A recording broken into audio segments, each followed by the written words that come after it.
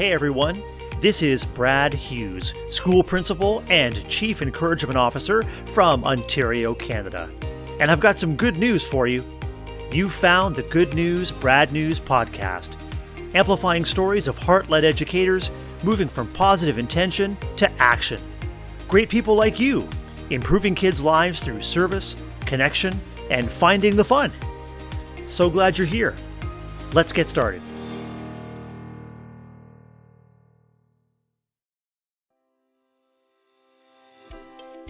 Hey, welcome back everyone, and thanks for pressing play on episode 16 of the Good News, Brad News podcast. I am your host, Brad Hughes, and as you settle in and get comfortable, I'm eager to dive in and introduce you to my guest today, author and international trainer, Lisa Cherry.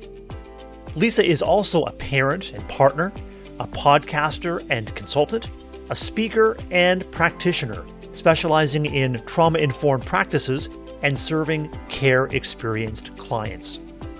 Now, Lisa and I discuss a number of things near and dear to both of us, including how companionship and community are foundational to our work, how we need to challenge the ways that we think about and respond to distress, and how ongoing conversations allow us to better know and authentically individualize support for those we serve.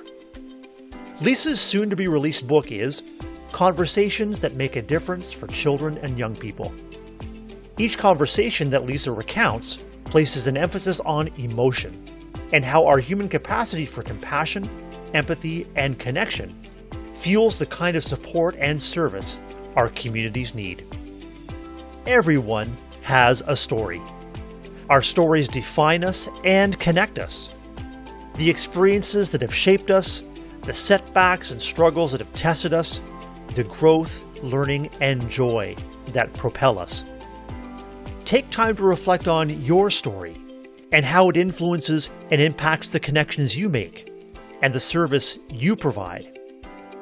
How could your story be shared and leveraged for good?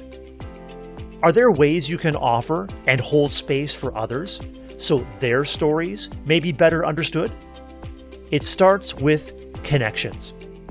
And this week, I challenge you to take your intentionality about connecting with others to the next level. Now, my motto is, let no one pass by unacknowledged. And that's my challenge to you this week. In your neighborhoods, workplaces, in all the spaces you inhabit, and with all the people you encounter, let no one pass by unacknowledged. Consider the power of a simple smile, soft eye contact, a nod or a wave, a quick but impactful greeting. Scan your environment for these opportunities and try it yourself. You'll be surprised how it makes others feel seen, noticed, cared about. You never know what connection will make an untold impact on someone that really needs it, nor which connection might help create and shape a welcoming space for people's stories to be better known and better understood. You'll be surprised how good it makes you feel too. Shifting our focus outward can interrupt our own intrusive and negative thoughts and help us feel less isolated. That's right. The more connections we make, the more connected we feel. We connect by connecting. I hope this weekly challenge prompts reflection, challenges limiting beliefs, and provides opportunities to try out approaches that are more expansive and more connective. And please share what you're noticing, experiencing, and learning on social media and wherever you found this podcast. For Lisa Cherry, the key is coming back again and again to connection. Connection with our own stories and to the stories of others.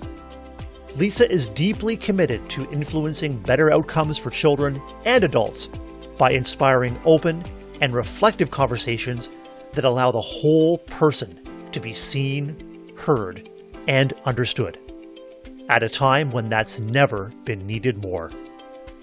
I know you'll enjoy getting to know Lisa today, and after hearing her story, you'll be eager to connect with her too. So, Here's my interview with Lisa Cherry, today on the Good News, Brad News podcast.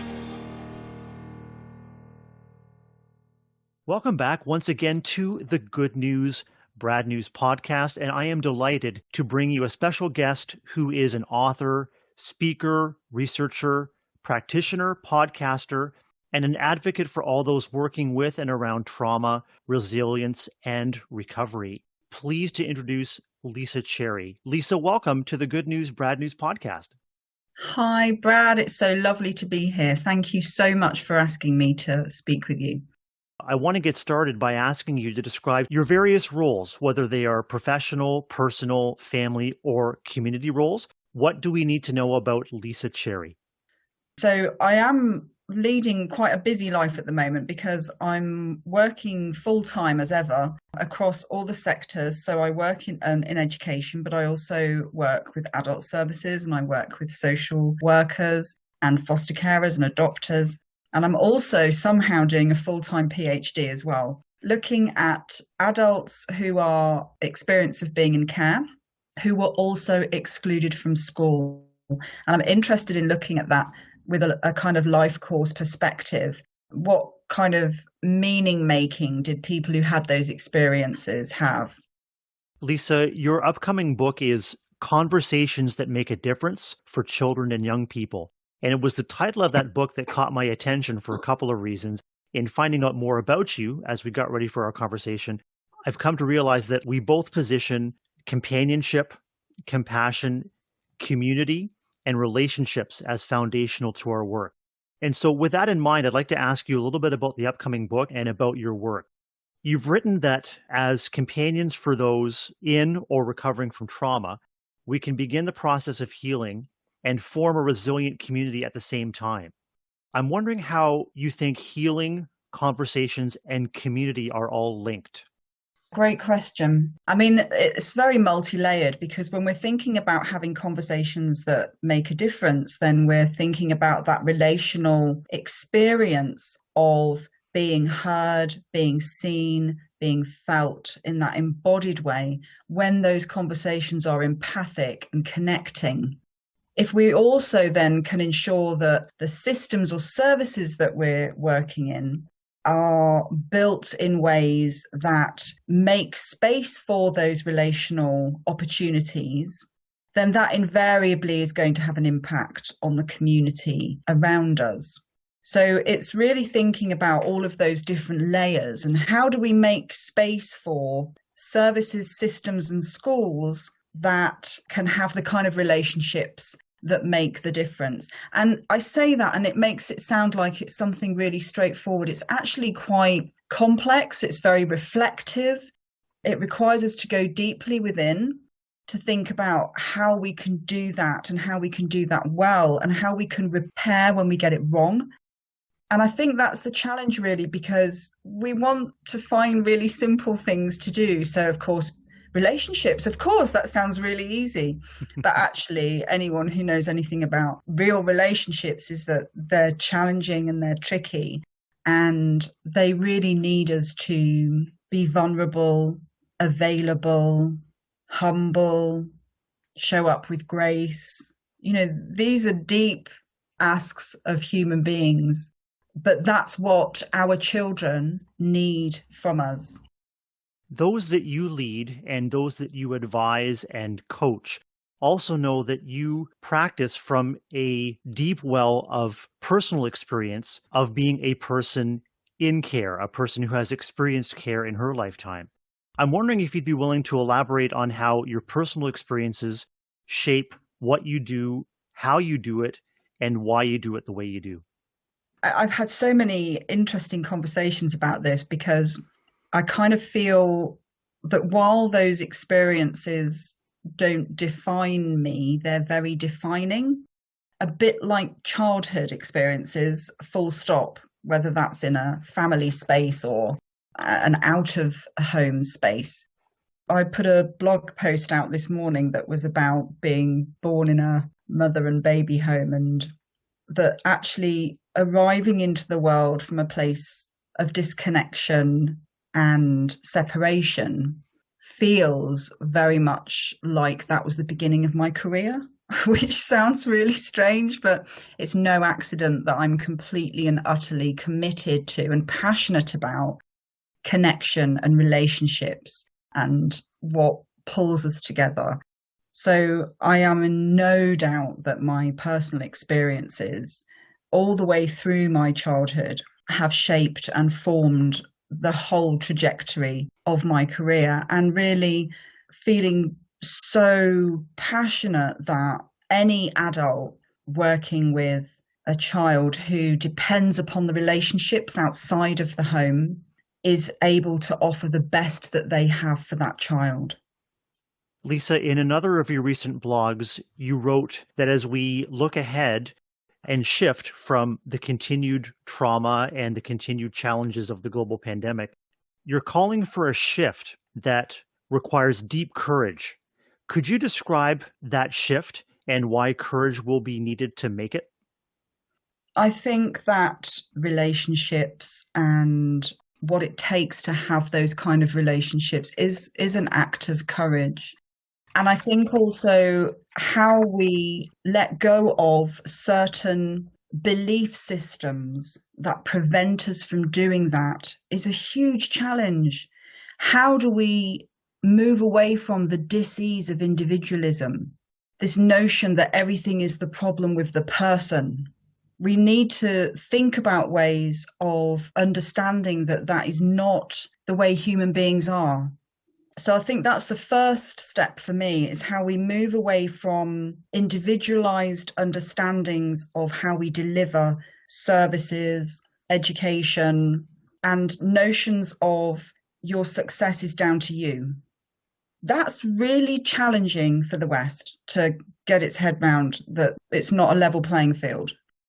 And the other thing that's really challenging for people to let go of, and I think it's very tied up with the dis-ease of individualism, is a kind of attachment to behaviorist views on the way that we express our distress. These are so embedded in the way that we think about things, the way we think about children, the way we think about behavior, the way we think about communication, and also the way that we then assign those expressions of distress to either being mad, bad, or sad is a bigger challenge than I think people can think about. And the resistance to it is huge. There is a huge resistance. As much as there is a huge passion for it, there's also a huge resistance to it. I wanted to extend our thinking a little bit on that in terms of the dichotomy that you describe in that blog post between personal and professional roles. I'm wondering how we can begin to break down that dichotomy where we understand and deeply respect the fact that the personal is the professional. Are there ways for us as practitioners and educators and caregivers to proceed in a more personal way so that we are not adding unnecessarily or unintentionally to the trauma that we are trying to support? It's a big question, because I think it extends beyond what we can do in our professional roles. I think what I'm really keen on is how we build relationships within the community that extend beyond the paid for relationships, or how we build relationships in the community through thinking about extracurricular activities that build relationships based on shared passions and shared interests. You know, it's very difficult, isn't it? Because especially thinking about schools, there can be boundaries to the extreme, which make it very difficult then to have those relational moments. But good relationships are full of consistency and boundaries, and that is not in opposition to kindness and compassion and the kind of relationships that make a difference. As I've gotten to know you as a professional, as a practitioner, as a podcaster, it's clear that your intentions and actions are deeply ingrained and highly aligned. How are you able to continue to align your intentions across so many different platforms? That's a great question. I think that's about authenticity. That's about showing up as I am. And it's one of the benefits as well of working for myself, which makes showing up as I am much easier, because I'm not managed and controlled by organizational processes or political shackles or any of those things. I mean, I have worked in environments where it's very difficult to be authentic, and I treat my privilege in that regard as a kind of real gift that I can do that. And I think it's because I'm so much about life course, life cycle. Children become adults, adults were once children, children live with adults, we live in communities. For me, there's education, there's health, there's social work. Real change is holistic. And the more we can grasp and understand the connections across all of those sectors, I think the better we'll understand connections between each other. One of the things that comes up over and over again whenever there's any inquiry is how nobody talks to each other. Sectors don't listen to each other. Things were missed. There's anger towards one sector from the other. And actually, the person in the middle of that is usually the child or the family that is left with no service. And that's not helpful. It's not okay. And it's a potential for system harm. So I think once we can grasp more the holistic nature of how we can be our best, I think that would make a huge difference. Your passion and determination for interconnection is true and authentic, Lisa. And as you continue to expend and extend your energy in so many facets, how are you able to restore the energy that you need to serve, connect, and inspire the way that you aspire to do? I think that's a fantastic place really to pull things together, because of course, if we're going to show up and do that, we have to be our best. So I'm really fortunate because in 1990, I had my last drink and I went to an AA meeting, and I haven't had a drink since. And that introduction into recovery has meant that I've spent the last 30 years making a daily commitment to be my best self. Now, sometimes that's harder than others, especially when I had younger children. My children are adults now, so it's much easier to do that. And when they were younger, it was difficult because the business is looking after your children, isn't it? But I make sure that I eat nutritional food. I make sure that I sleep the amount that I can. I think the two things that really restore me are my dog, Milo, and nature. When every afternoon I go into the field and I just walk around and around the field with my dog, and just there's something about being around the trees and the sky and just away from everything that just really gives me that sense of groundedness and wellness. And then I can come back and I can do some more. So don't tell my kids, but I think it's my dog and nature. Lisa, I've been deeply moved and am so appreciative of the way you've showed up for me today. You've showed up as yourself with such authenticity, vulnerability, and you continue to have so much to offer. How may our listeners best keep in touch with you and all that you offer? Well, I'm often found on Twitter. As you'll know, I spend far too much time talking to my Twitter family, who I love. It's such a supportive space. So @_Lisa Cherry, you can find me there. You could find me on my podcast, which is Lisa Cherry, Trauma Recovery Resilience. My website is lisacherry.co.uk. And it's always lovely to connect with people, and it's fantastic to be talking to you in Canada. I've got lovely connections on Twitter in Canada, so I feel close to you over there, which is lovely. Lisa, you are dedicated to creating social change, one connection at a time. And I must tell you how grateful I am for this connection today. And I look forward to even more connections with you in the months and the years to come. Lisa Cherry, thank you so much. Brad, thank you so much for having me.